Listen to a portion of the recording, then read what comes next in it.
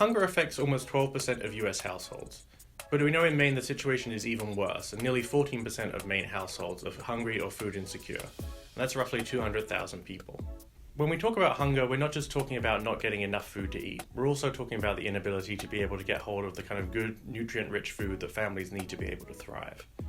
And no one in Maine is immune from this problem. We know that of those food insecure households in Maine, for example, 1/3 include children, 1 in 6 include people over the age of 65, and 1 in 7 includes a veteran. We also know that Mainers of colour are twice as likely to be food insecure. The food landscape is a complex ecosystem, with many parts that fit together.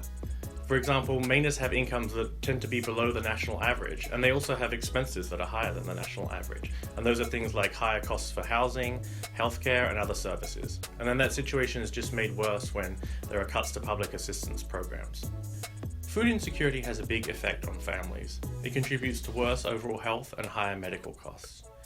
Mainers who are food insecure are 3.5 times more likely to be depressed and 5 times more likely to have suicidal thoughts and behaviours.